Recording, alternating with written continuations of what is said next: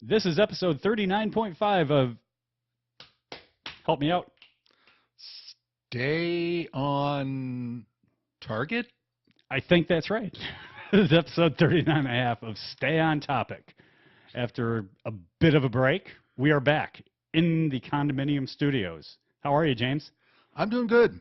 And Bob, he's using the restroom. Yeah, he'll be back in a bit, though. Yeah, he'll be back in a jiff. No problem.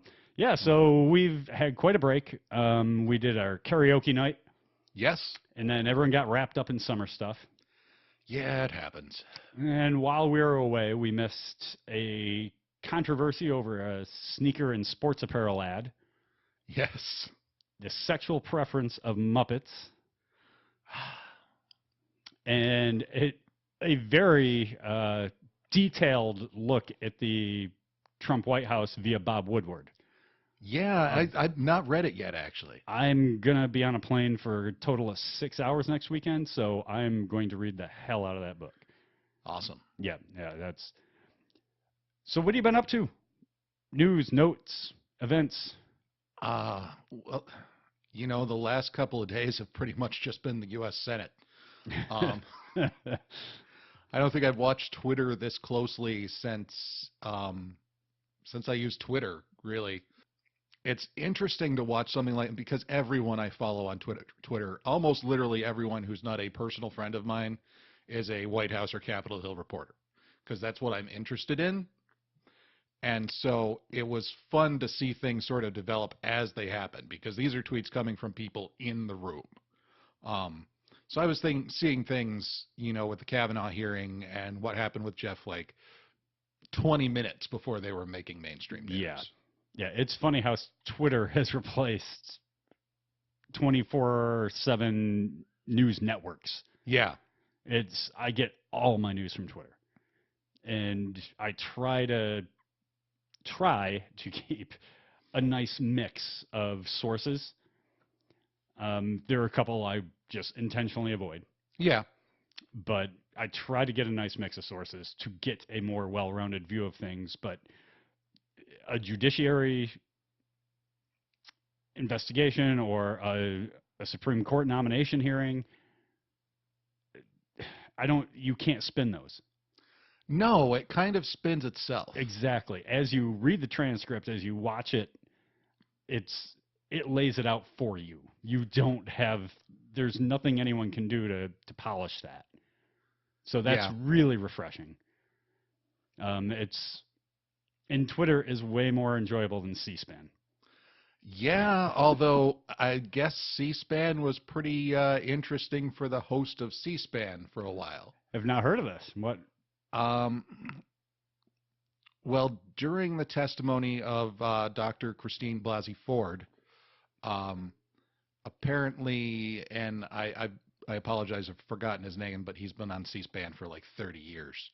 But the host of their coverage was getting call after call after call from women talking about their experiences with sexual assault. Oh, God.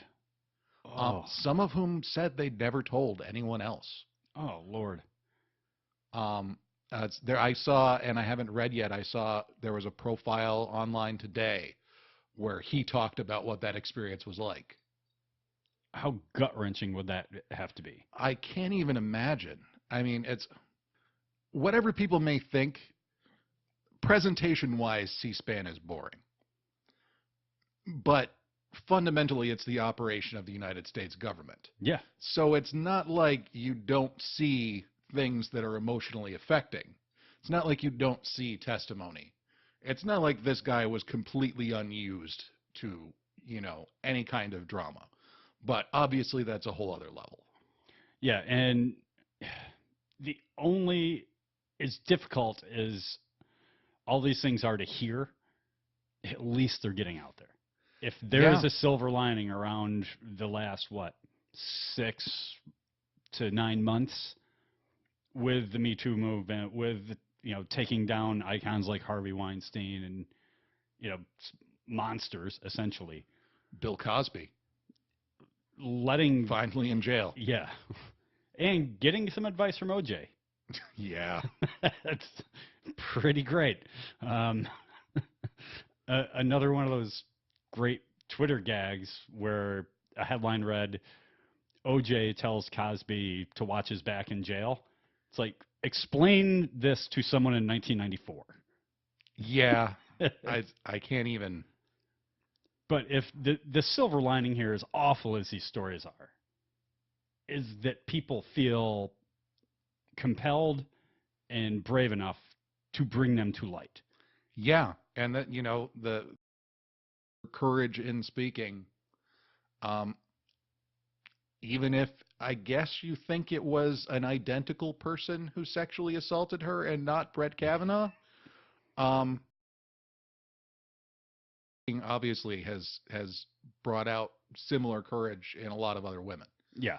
But that's one thing that I just can't get over is, there are people who believe that Brett Kavanaugh did not do anything to this woman, and they have the right to believe that. They don't get a vote in the U.S. Senate. Right.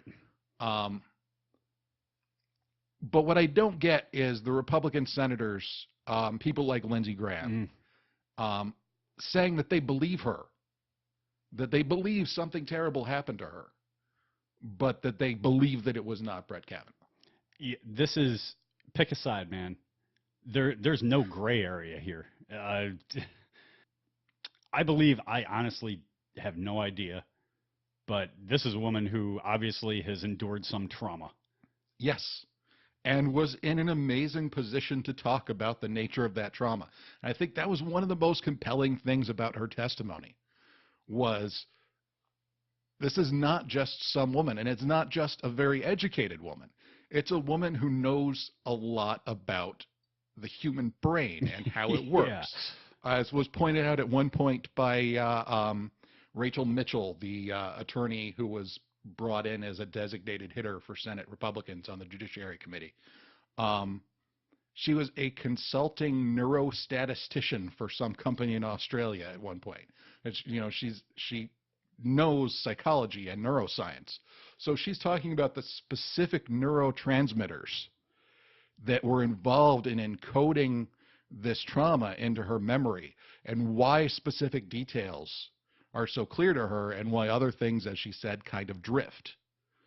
And to be able to talk about that with such confidence and such poise when people are questioning your memory, it's a rare opportunity, right, to see that happen, because so often, women in that position get shaken. They get, shaken down. They get grilled by usually male, prosecutors, defense attorneys. They get slut shamed. Yeah. Or they get, sort of turned around to the point where they start sounding like they really don't remember through that whole process of trying to confuse them, which, as a defense attorney is your job. So to see somebody, again, with that level of poise and with that level of knowledge, who was not shaken by anything except the trauma of what happened to her, I think made this even more compelling for a lot of people. It's still stunning to me that at the first hint that anything was wrong, he wasn't dropped like a hot rock, like so many other nominees or Senate, congressional, presidential candidates before him. Yeah. That's where we are. And I don't know. I'm not sure why we're at that point with this particular candidate. There's a lot of talk about one particular case that he was involved in and how it may relate to the ability of the president to pardon someone for federal crimes, and for that pardon to then make it so that the person could not then be charged for the same crimes under state law, and how that might relate to any ongoing investigation of the president. So I don't know if that's the case, because it seems like there's got to be, the Democrats aren't going to win the Senate. No. There's a very small chance, but they're not going. It's a bad cycle for them, and the Senate's very different from the House. Yeah. And the president's not going away. And these are midterms. Anytime soon. Which, what, 33% of the population vote in anyway? Yeah. The point being, they're going to get a conservative judge on the court. Mm-hmm. They could drop this guy. They could drop the next 3 guys, and they probably will all be guys. They're still going to get somebody. Yeah. Was so this their best? And it seems like there's got to be somebody else out there with the conservative bona fides they want that does not have multiple sexual assault allegations against them. There's got to be. Yeah, that has crossed my mind several times during this. I'm like, this can't be their best option.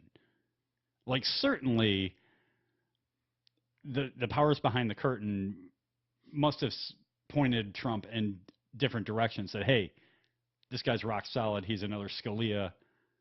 No skeletons in his closet. But you have to wonder, with the bravado and the stubbornness of this president, if he didn't say, no, that's my guy. Well, okay, there is another side to this, though. There's a reason that they did put him up first, which is that he clerked for Kennedy, and Kennedy wanted him. That was part of the deal for Kennedy to step down. It's been reported, allegedly. And so, obviously, if you believe that, then it makes sense why he's the first guy they put up, whatever anybody might have known. But Kennedy's retired now. He can't take that back. Exactly. So at this point, that deal is pretty much, null and void. They took his guy, they put him up. It's not working out. So, I still don't get it at this point. No, and that's why it just sounded like this was Trump just being stubborn. This can't be the best one. It can't. Well, and you know what struck me, and this is not any kind of unique insight, is Kavanaugh's response on the Senate floor. Yeah. The level of anger. This is a man who believes that he has earned and is entitled to a lifetime appointment on the U.S. Supreme Court. And he is furious that anybody might even consider taking that away from him. Oh, yeah. In his mind, he's already in that robe. Yep. And this is like a nightmare for him. Which I guess is, no, it's not. I was going to say it's a taste of what, Dr. Ford might have been through, but it's nowhere close. No. So yeah, it's been an interesting couple of days with that. And it's going to get more interesting. You're going to get the FBI investigation. Yeah, and that's another strange thing that came out of this. And we'll never know what happened, obviously, with the Senator Jeff Flake of Arizona, who is on the Senate Judiciary Committee, and therefore his vote was very important to even report Kavanaugh out of committee onto the floor for a full Senate vote. And there was a widely reported incident where a couple of women who were apparently themselves victims of sexual assault sort of cornered him in an elevator and were talking to him about how, what he was doing, what the members of the committee were doing by forwarding the nomination of Kavanaugh invalidated their experiences, made what happened to them unimportant. And it's hard to know whether that's what changed him. It seems like there was also a lot of sort of wrangling of him by Democratic colleagues, particularly by Chris Coons, who actually gets a lot of flack from other Democrats for being too friendly with Republicans. But it was him who was in the room with Flake before Flake then came out and said he would only vote to report Kavanaugh out to the full Senate if they did an FBI investigation. And now that's where we are. Well, I think the Democrats look at Jeff Flake and get my enemy's enemy is my friend Yeah. mentality. I think they've had that, and I think Flake is certainly susceptible to it. Yeah. Well, I mean, this is a guy he's already a lame duck. Yep. And nothing to lose. He'll probably never run for another public office again in his life. Yeah. And I think he's probably guaranteed himself a book deal and some speaking engagements at this point. Oh, probably a regular gig on the Fox or the CNN or something. Yeah. Or probably he'll be the new conservative, air quotes, host for MSNBC or something. That would be interesting. But yeah, interesting. It's amazing to see how, particularly in the Senate, such a major decision that has impacts for the next 40 years when you're talking about a Senate seat can hang on what's going on in the mind of one guy. Yeah. Yep. And it's frightening about American politics, and it's also kind of amazing. I have to keep bearing in mind this is Donald Trump's second pick for the United States Supreme Court. Another headline that would totally baffle somebody in 1994. Yes. Holy Christ. And I hate to keep hammering on this issue, but something else, the speech that well, not only in committee but also outside with reporters that Lindsey Graham gave. Oh God. About how this is the most, rigged hatchet job, whatever he said, process that he's ever seen, and if this is going to be the new standard, they're going to do it to the Democrats' nominees. And it's like, do you remember Merrick Garland? The man didn't even get a vote. Yeah. The man was never even considered in the Judiciary Committee, much less get a vote on the Senate floor. Yeah, I mean, if anything, this hearing has shown that Democrats actually grew a collective spine. They're fighting. I wouldn't go that far. I mean, they're fighting. That's more than they have done to this point. Yeah. I mean, they saw an opening, and, again, I don't want to downplay. I don't want to act like I think Jeff Flake got played. We don't know, and we probably never will. Right. But they took advantage of relationships that they had with what turned out to be a key player to make something happen. And, we don't know at this point. We're recording this on Saturday night. We don't know what's going to happen with the FBI investigation. And that's, another thing here is I saw a lot on Twitter. Right after this was announced and right after it became clear that it was going to be an actual thing. Once Collins and Murkowski and Manchin signed on and said, yes, they want this investigation too. A lot of people on Twitter were saying, well, what's a week-long FBI investigation going to show? Right.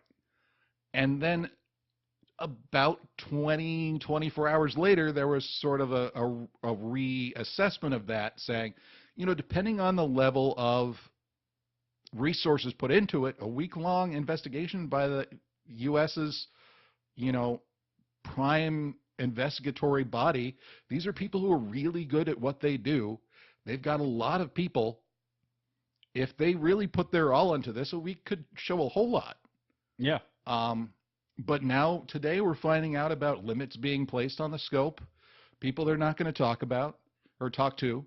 So, who knows? This whole thing is still in flux. I think it demonstrates again how much the intelligence community is not down with this White House. I don't think the intelligence community they know a whole lot. Like, we're still in the middle of that. When this podcast first started, so did the Russian investigation. They do not respect this president whatsoever. And I'm pretty sure they have some solid reasons why. Yeah. I'd really like to get Bob's take on this. Is he still in the bathroom? Weird. Yeah, it looks like it. My God, he's got a gigantic bladder. So yeah, should we freshen our drinks? Maybe we'll do that. Good. On to less depressing things. Yeah.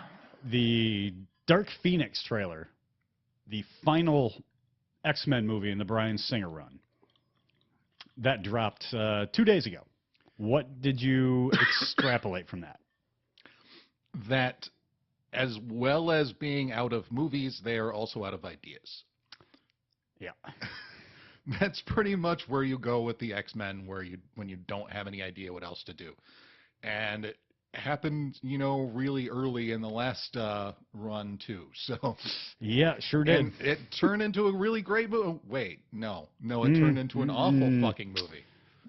That was probably the low point of the big comic book movie boom. Oh yeah.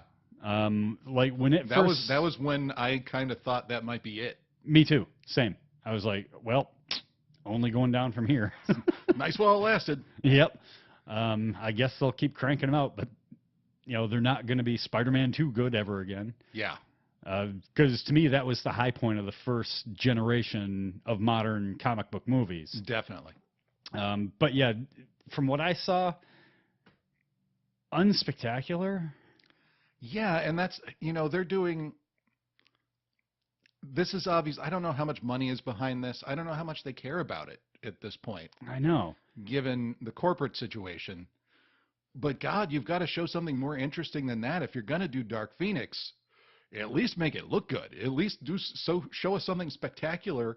This wasn't a teaser. This was a 2-minute trailer. Yeah, a full trailer. Yes. For a movie that's releasing November? February. Oh, that's right, February 14th. Yeah. Yep. Which also is not a good sign for the quality of the film. Although the first Deadpool was released on Valentine's Day, 2015? Yeah, but that was a huge gamble. 2016. But yeah, it was a massive gamble. It was a gamble that paid off, but there was a reason it was not a May movie. Yeah. The real shame to me with the Dark Phoenix thing is that would have been the perfect storyline to weave the Avengers in with Disney getting those rights. Yeah. That would have been the storyline to modify to blend those two worlds. And it seems like that's off the table. It's been done twice now.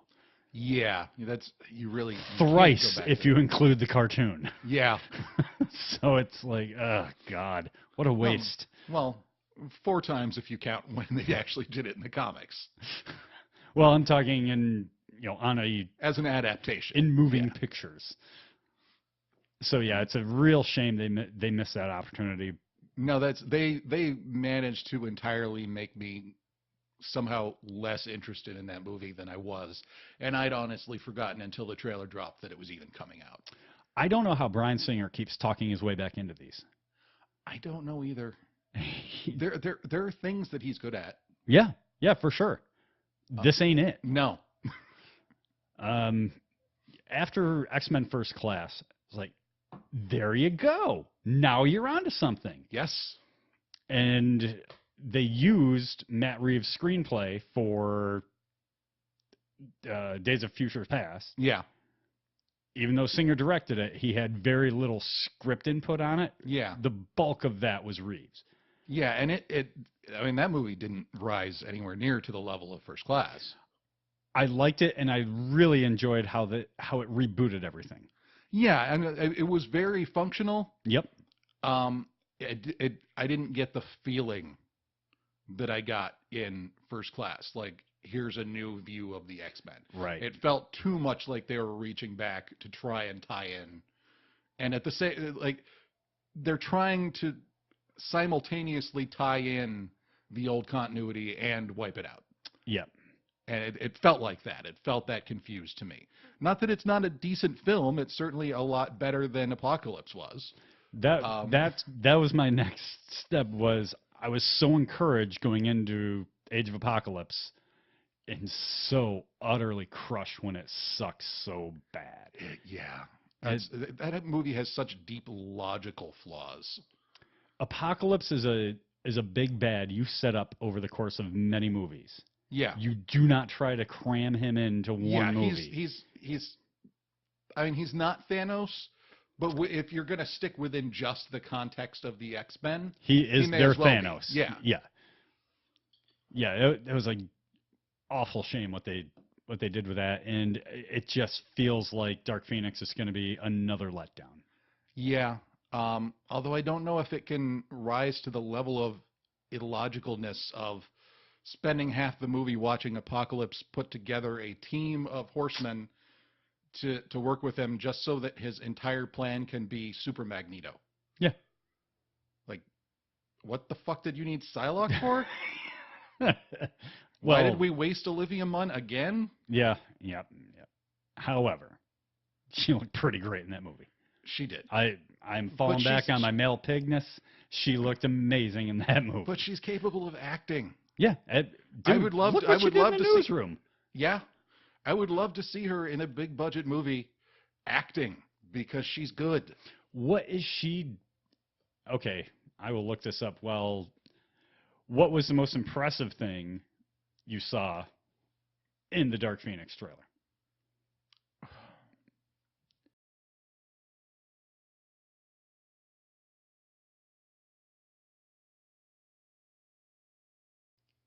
Xavier's responsibility.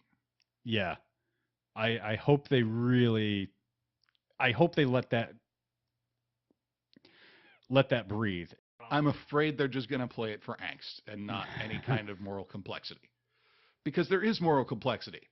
I mean, obviously he did something bad in hiding this from her, but he did it for a reason. Yeah. And the whole rest of the movie is going to be exploring exactly why. And I like the casting of Jean Grey in this version. No, Sophie there's Turner nothing wrong is with that actress. fantastic. Yeah. I don't know that she's going to be given something worthy of her talents. Probably not. Yeah. Again, I don't think they're breaking the bank or exhausting their best talent on this one. And where things are. I'm sure for Jennifer Lawrence and Michael Fassbender, they're like, it's a good paycheck. Yeah. I mean, I'm going to give a professional workman-like effort, but it's a paycheck. I wonder if they'll ask me to the Marvel version of this. Yeah, that's interesting. I cannot wait to see how they're going to have to completely start from scratch because of what the bending over backwards they're going to have to do to incorporate that into the established universe. And the Fantastic Four. Yeah. I can't wait. Hopefully they get Russo level talent. Yeah. Well, I'm excited because they're going to have to tell a different story. They're not going to be able to take anything from the comics to create an origin story for the X-Men suddenly showing up in a world already occupied by other supers. Yeah. There's no blueprint for this. And if you start doing the multiverse shit, I don't know how long you're going to keep a general audience. No, I don't see them ever doing that on screen. No, maybe just spin it off to its own thing. As much as I want to see X-Men versus Avengers on the big screen done well, yeah, I don't know how you get there. And I'm sure they are paying a lot of people to figure that out. Yeah, and I mean I like the idea of X-Men versus Avengers too, but I feel like it's, the next big movie after that's going to have to be Marvel Zombies. I think after the Infinity War follow-up, Marvel has to go small stakes for a while. The Ant-Man movies worked. They're going to have to get... The Spider-Man Homecoming worked. Small stakes. And they gave you time to spend with these people you're supposed to care about. Well, and they keep calling up these minor league indie directors and handing them $200 million to make these huge movies. Use the talents those people have to make smaller movies. Yeah, no doubt. And, while they're at it, maybe unfire James Gunn. Have you seen, there's been a lot of reporting lately that he was not really that much on board with making 3 anyway. That's not the impression I got. And again, I'm not sure how good the sourcing was, but I've seen in a few places people saying that the reason that he didn't fight that much was because he was sort of iffy on it to begin with. So I don't know. Okay. I don't know how to feel about that. You know, I do know how to feel about the new Spider-Man game that had been hyped for 2 years by Sony and Insomniac. Tell me about it, Chris. It is, I don't want to say the best version of Spider-Man. It is probably my favorite Spider-Man story ever told outside of the comics. Really? It is so well done. I've heard a lot about how well it plays. I've not heard a lot about it being that good a story. The story is pretty great. How they basically did for that what the Arkham Asylum, Arkham City did for Batman in that medium. And I love that because, you know, you go back with Spider-Man, and the last good Spider-Man game was Spider-Man 2 on the PS2 and GameCube. And that was a movie tie-in.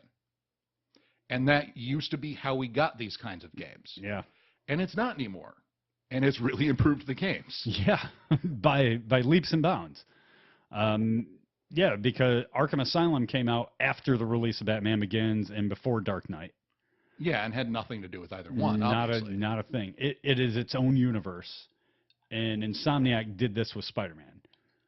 There is nothing new, nothing inventive, nothing that no other open-world sandbox game hasn't done before. Insomniac has just done it in such a way that it's an absolute delight and joy to play. Well, and these guys, I mean, they know what they're doing. Yeah, I mean, I only knew them from Ratchet and Clank.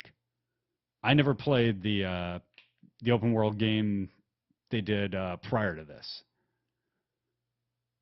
The name of the game escapes me because I never played it.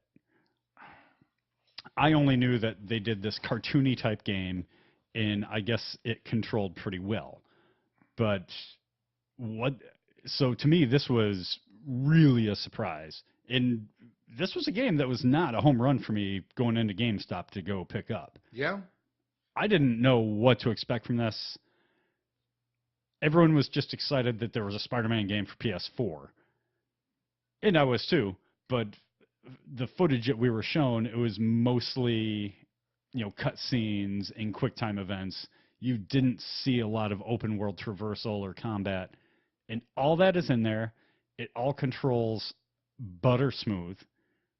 The combat is actually better than Arkham, which is saying a lot because Rocksteady basically invented free flow combat, and Spider-Man does it with a much more frantic pace to it.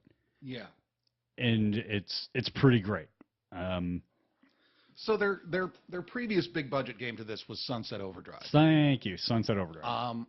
Which was sort of an open world, goofy game with strange traversal. So I wonder how much that sort of contributed the mindset that went into this. I don't know. What I'd be interested to know is how did Marvel land on Insomniac? There are all these publishers that have much bigger clout in the industry that could certainly pull this off. Insomniac did it in 2.5, 3 years. Yeah. And what they delivered is goddamn impressive with minimal patches along the way, which is another sign that these people just did their jobs. Well, and that's, you know, before that, they did a couple of Spyro games. They did Ratchet and Clank. Yep.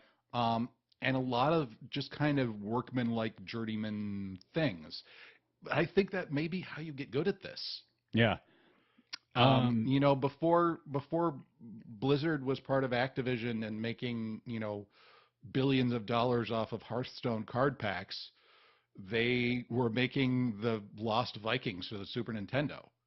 You know, maybe that's the formula. I don't know. I've almost platinumed the thing.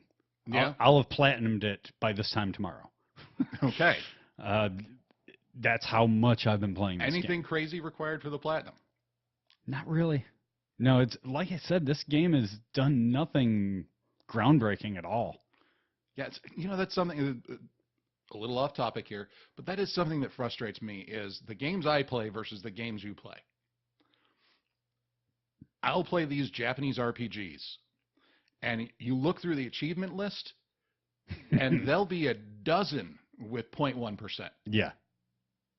And it's like, nobody's got, and 0.1%, which probably is a rounding error. It's probably 0.01% for the platinum. And it's like, who is this for? Like, I have one platinum because of the kinds of games I play. Well, and I don't have the level of, obsessiveness, of completionistness that you do, obviously. I was never in the top 50 in the challenge rooms on Arkham City. I believe you could have gotten there, and I believe we would have had a nice back and forth had you dedicated yourself to it. And nobody should be surprised. I have pretty serious ADD, and I tend to bounce back and forth between games. Once I'm done with the game, I'm just on to something else. I'm pretty OCD. That's why I have a GameFly subscription. I can't commit to buying things. I get stuff in the mail. I play it for 3 days. If I don't like it, I send it back.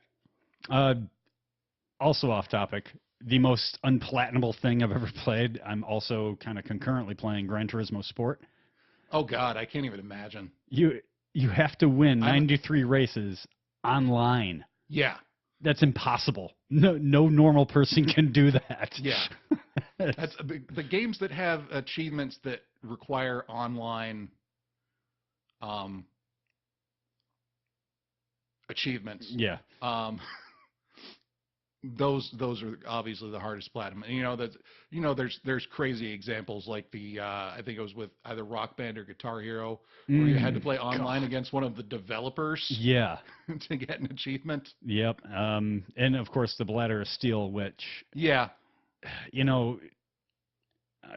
though I'm single, I would never go for that. Yeah. I have a single friend who was very good on the drums. Jay, Jay.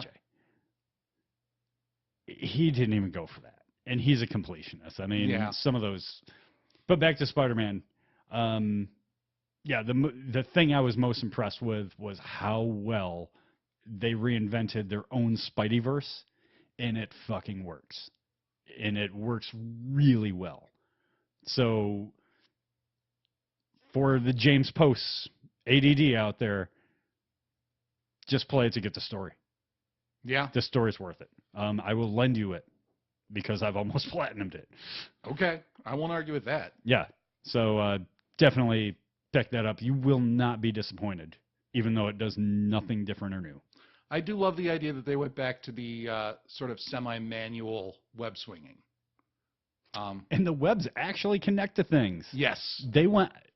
One of the lead developers in the first meeting when he told his crew that, hey, we got the Spider-Man franchise that we're developing, one of his first missives to them was, you better make damn sure those webs connect to things.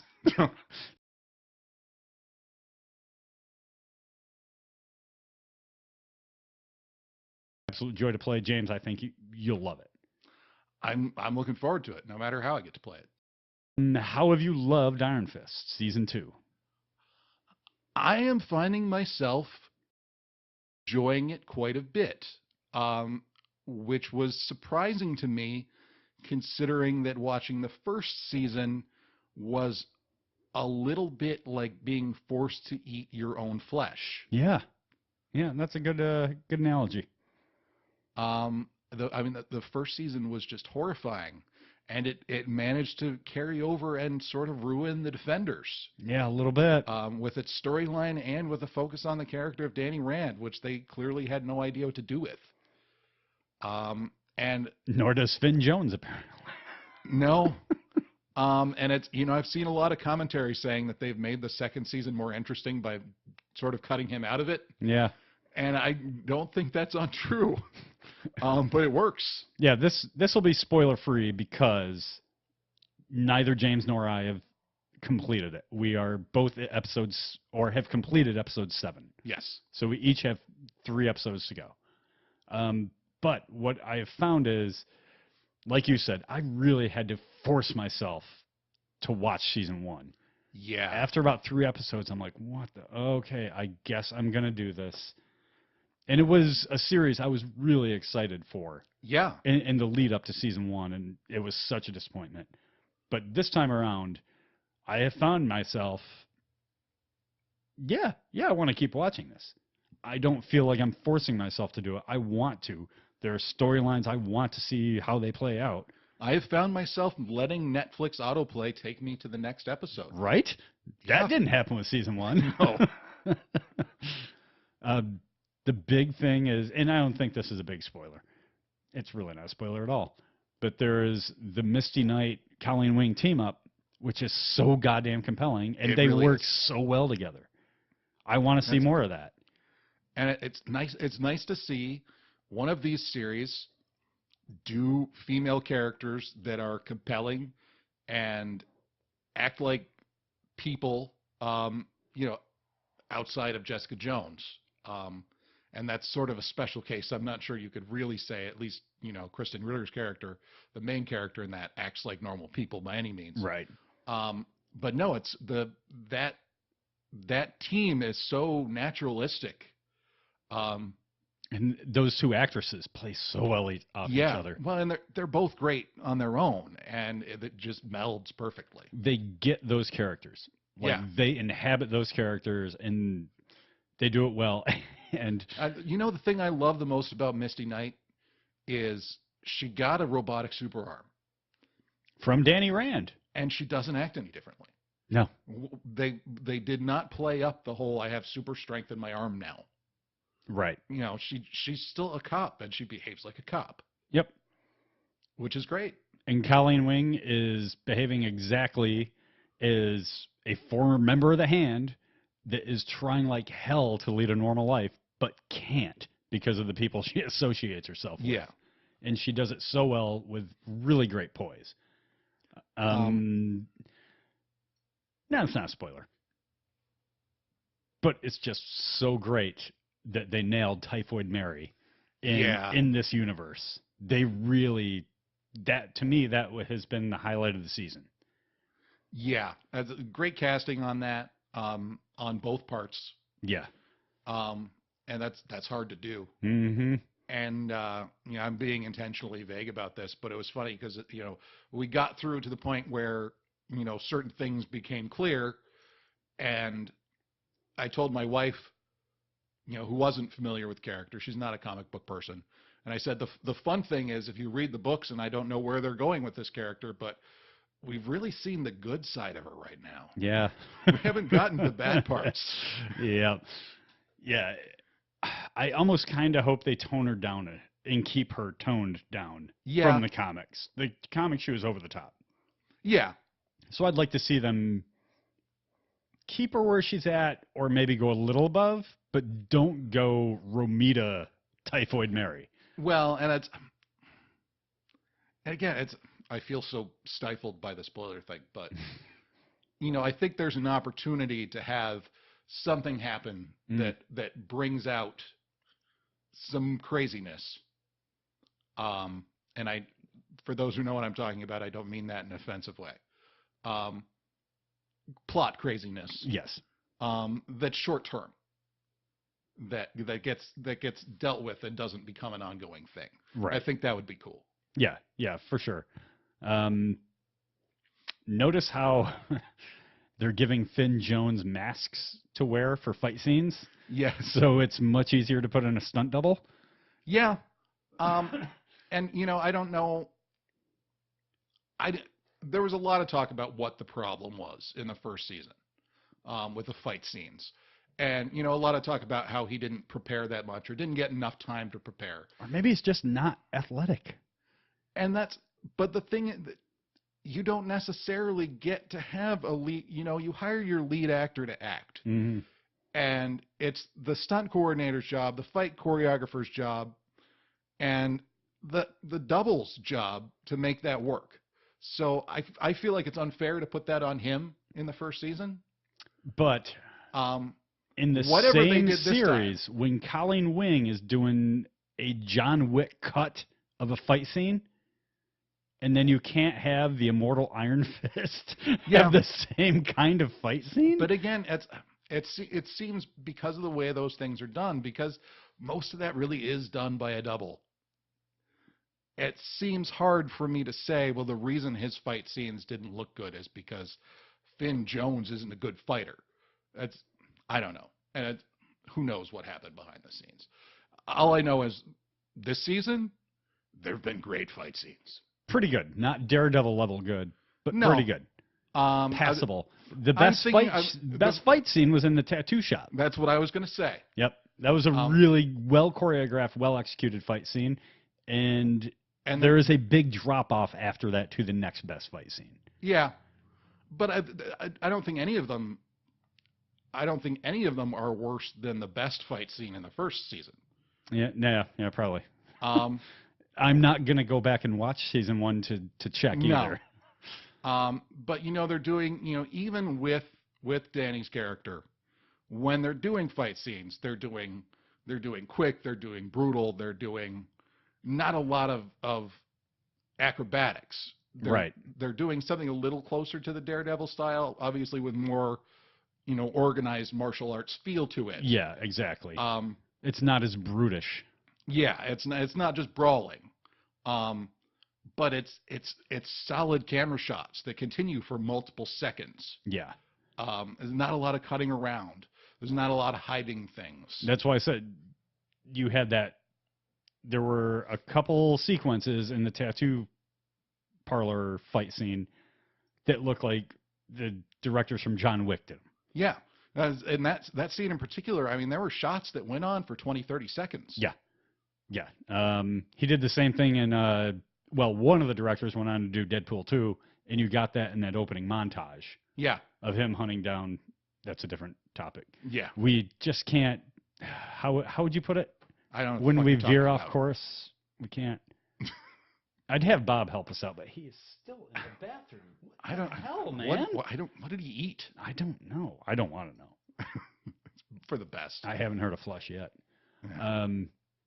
But yeah, I'm really looking forward to Daredevil season 3. To me, Daredevil consistently has been the best Marvel thing on Netflix. I think it's been the best written. Obviously, I like the way they do the fight scenes in that. I'm concerned with where they're going. I'm concerned with them going after back Defenders, Well, and I'm concerned with them going back to the Vincent D'Onofrio well so soon. I mean, obviously, the guy's great. Their take on Wilson Fisk is awesome. The best. As good as it's ever been done, I think, including the comics. Yeah, easy. But it makes me worry that they couldn't come up with anything else. Yeah, but how do you leave D'Onofrio on the shelf? Yeah. It's like, we have Vincent That's a D'Onofrio. hole they dug themselves. Yeah.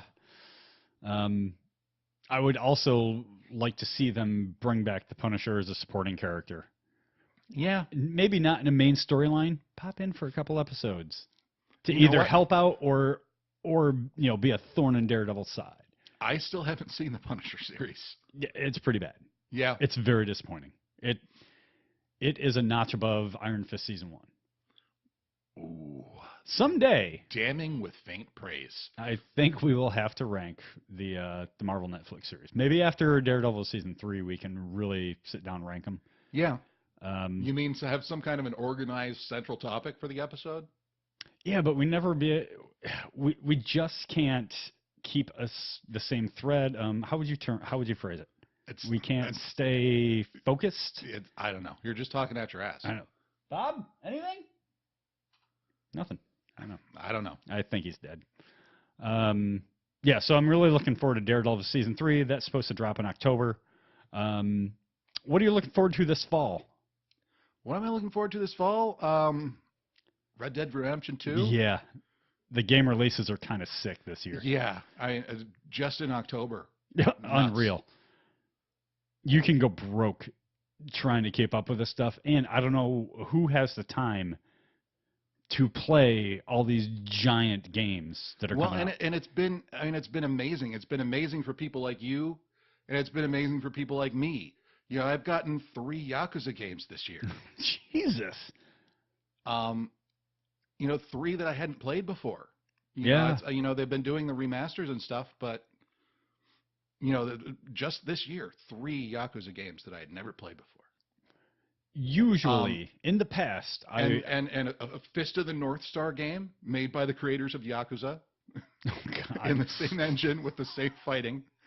I don't know if you're familiar with Fist of the North Star. I've seen clips. It's the creator of the anime trope where somebody punches someone 50 times and there's no reaction, and then all of a sudden they just explode in a shower of blood and gore. Or giving somebody a stroke with 3 finger taps. Yeah, that kind of thing. Yeah. And also using the same game engine, same developers. There's going to be a detective courtroom drama game. Weird. Also from the Yakuza creators. So that's with that and the great mainstream games, I just finished playing God of War. I was a little late to the party on that one. That was amazing. I have not gotten around to God of War. Oh, God, such just solid combat.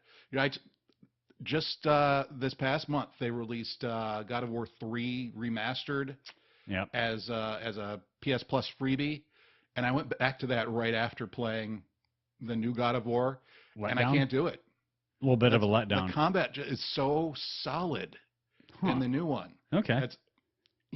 I can't believe what they did, but between the storytelling and the game feel, that's easily become one of my top 5 games. Wow. And, well, I know the big spoiler already in God of War. Oh, you do? Yep. That's a shame. Probably, but I dragged my feet on it because I was playing other things. Because the rate at great games are coming out now. I know. It's dizzying. I cannot keep up. I really have to pick my battles. And the last God of War I played was God of War 3. Which was not great. Not great. So I was like, whatever. It's don't want to go on forever about this, but it's amazing how much God of War, the new one, does to answer the questions raised by God of War 3. And not plot questions, character questions. Right, yeah. Who the hell is this guy, and how did he go from hero to, by the end of God of War 3, he's just a monster. Huh. All right, so I definitely have to pick this up. Yeah. Okay. Yeah. So I still have so much online racing to do too on Gran Turismo Sport. It's not enough hours in the day. None. No. So yeah, that's that. Anything else you're looking forward to besides the ongoing circus on the Beltway? Well, I was looking forward to Bob coming out. I feel like he could have contributed something, but yeah, well, once he gets out of the restroom, I'm sure he'll join us for a couple drinks. That's true. Tonight we're enjoying Crown Vanilla and Dr. Pepper, a great little cocktail. I'm looking forward to the next episode of our show. Same. What's it called? Stay focused. Topic. Something close enough. Yeah. We'll figure it out. Yeah, we'll come up with something. Awesome. Play us out, James. No, I really got nothing. Okay.